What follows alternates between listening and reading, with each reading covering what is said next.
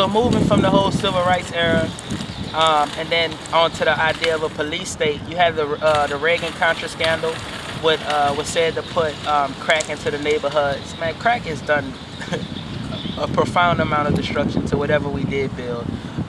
Then something else that you had from that era, you had these multiple facets of these organizations, but they were these underground organizations that then in turn actually begin to oppress their own people.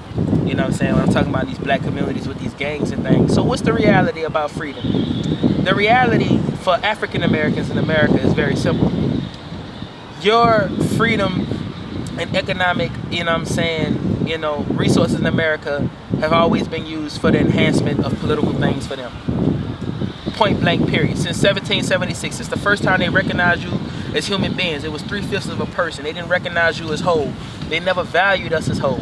Anything they've ever did was to protect us as a commodity, a product. If you want to look no further, look what blacks actually thrive at in America. They actually the ones being, they actually the product. They actually being traded, exchanged, packaged, and produced. You know what I'm saying? They don't, they don't own their own resources. We don't own our own resources. We don't own our distribution in music.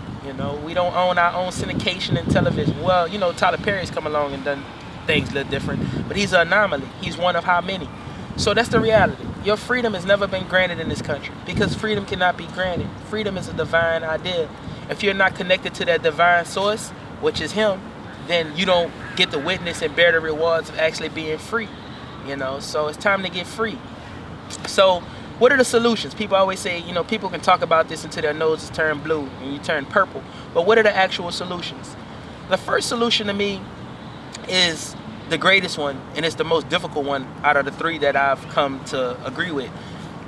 Repent, repent, repent, repent. Our situation in America, in this world, in our own existence since the beginning of time has never been political, it's never been economic, but it's always been spiritual. So until we get our hearts in order, that's what God always wanted. The Hebrews can say that they love the 5-star David. Christians can say they love the cross, Muslims can say that they honor the moon crest and the star. But until human beings actually give them their heart, because when you look at our situation, we lead America in every statistic that's a social affliction.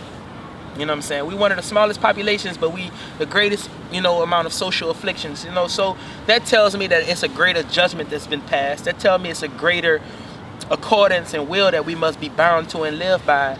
And if we just give up our hearts, that's what your actions are a reflection of the heart. People always say God knows my heart. Yeah, he knows that it's wicked because, the Bible even says the heart is deceitfully wicked. What man can know it? So by your heart, people can determine your actions. You're recognized by the fruit that you bear. You know what I'm saying? So when I look at it, every form of affliction that we have, everything that we're suffering from is a form of disobedience. It's a form of disobedience. If you tell me a problem in black America, I could point to you where it was slated as disobedience in the Bible. So we need to give ourselves up, man, and get rid of the pride and the egos. People say blacks can't unite. I beg to differ. Black is the color of unity. You mix anything with black, it still is black. Black unifies all things. Black is a shade. From black, you get everything else. So when you tell me we can't do these things, I laugh about them. I'm 23 years old. I've seen some amazing ignorance in my lifetime, but I've also seen some amazing forms of caring, compassion, and love. And I know that they exist, but people need to know which in the medium can you extract it and how it can become a part of your lives. So the solution for me, number one, is to give ourselves up and get free. Give ourselves to God, give ourselves to Christ, and live by his teaching. He lived to teach, he suffered to free. So if we just look at his existence and say we are forgiving for all sins, but we're not actually living by that in which he asked us to live by, encouraged us to live by, inspired us to live by, and loved us so that we would love him and live by it, then we're still not fulfilling what it is we need to do. So the first solution is to give ourselves up and get free. Our solution is spiritual. It always has been, it always will be. So until we get in accordance with that idea, then everything else that comes from it, is going to be destruction. Because if we can align our hearts and our hearts are right, that means everything that comes from that will also be right. The caring that we need for another person would be there. The compassion we need would be there. The love would be there. These facilities and these resources that we need to attain and grow and build will also come from this, because everybody's hearts will be in the right place. And the right place is just a heart for God. It's a heart for your brothers and sisters. It's a heart for love. You know what I'm saying? So that's the first solution. So the second solution for me is probably the most controversial. It's probably going to cause the most problems amongst people. You know, it's going to cause the most anger and disruption. In the beginning, I'm talking about the Bible. In the beginning, there was just the Word, and the Word became living. We were spoken to existence.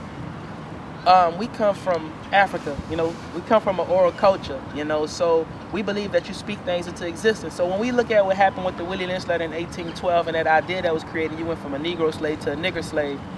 The word nigger was created solely out of oppression. It was created to justify oppression, to govern oppression, and to legislate oppression. So when we look at that, you know, because being a nigga means you're less than human. So that means you can't be all these things that God said you were. You know, you can't be a king and queen in his kingdom. You can't be a brother, a sister, a mother, a father, a cousin, an aunt, an uncle, because you simply can settle for being a nigga. A nigga cannot function as these are human capabilities. You know what I'm saying? So if you're going to have them, you can't be a nigga and have them, because a nigga is less than human. God never created no nigga. And the most telling part of all of this for me is that in Revelations it said that Jesus is not set to come back as Jesus. He said to come back as the King of Kings, Lord of Lords, because he's going to stand in full glory with all authority. If he has to shed the things of his oppression, his name, and everything like that in order to stand in full glory, you know what I'm saying? And what makes you think that we can ever be free and move forward and progress, and we're holding on to the name that once legislated our own oppression? You know, every word has a narrative, and when you use it, you carry on this narrative. You can't say we took the power out the word and we gave power to it. No, the word was never yours to give power to or to take away from. It was created to oppress you. So the only way to take the power out of it is to stop using it. We become self-fulfillments of niggas. If you look at our current situation, our spiritual condition, our economic condition, our social condition, our political condition, it's everything that they said niggas were. We become self-fulfillments because we've spoken into existence. So we must remove that word from our vocabulary, from our hearts and our minds, and now become these things that we long to be, which is brothers, sisters, husbands, wives, you know, girlfriends, boyfriends. We need to focus on words like that to actually become where we need to, you know, what we need to be and go where we need to be. You know, because as long as we niggas, it's not far that we can go, because niggas don't function with human capabilities. You know what I'm saying? Niggas expect less from the world and from life than any other human would ever. You know, they accept less from life also, because you're just a nigga, right? What can you do? You know what I'm saying? Niggas don't get along. Niggas ain't never gonna unify. They probably won't, but us kings and queens in our Father's kingdom will. Us brothers and sisters will. You know, so let's get rid of that N-word, man, because we've spoken our own oppression into existence, you know, truly.